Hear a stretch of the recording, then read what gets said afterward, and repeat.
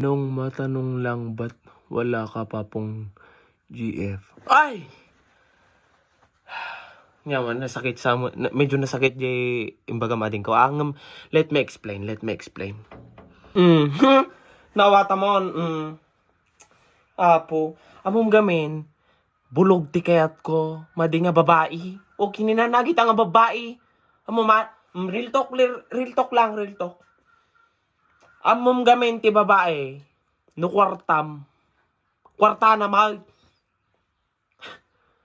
Pinagrigata mo, tapos aging kwarta na? Kaya mo pa ilang garod bakit no kasi iso padasag magbaling nga babae, tano kwarta nila kay ko. Kwarta mat, kasday, mindset. Agpanunot ka wan? Bulog tiket ko, di ko.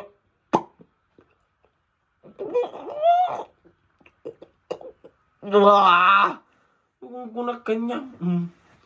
Maskulado nga lalaki, nga babae ko naman, oh. Shit. Ano? Problema ti pa nagbiag ata babae ading ko. Among gamin ti babae nga talaga. Numapang ka ginom, bawalan na ka.